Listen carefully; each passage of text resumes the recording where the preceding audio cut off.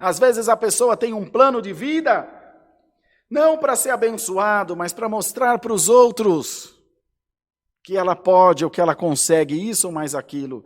A CCA só começou a crescer quando nós paramos de querer mostrar para a CCB que nós podíamos ser iguais a eles.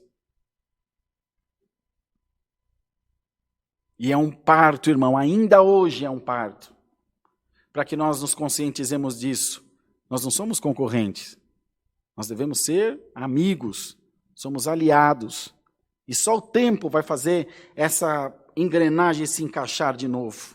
Da nossa parte, da parte deles também. Isso vai no casamento, isso vai no trabalho, isso vai no relacionamento da igreja, no relacionamento com a sociedade, vai no relacionamento com o dinheiro. Não tem como Deus te dar muito, que tudo que você tem, você gasta. Você precisa entender de onde vem a tua bênção. Você precisa entender o valor agregado que tem o dinheiro. Não é só da relação de trabalho e ganho, de ônus e bônus. É da bênção de Deus, porque se Deus não tivesse misericórdia de ti, nem da cama você tinha levantado hoje.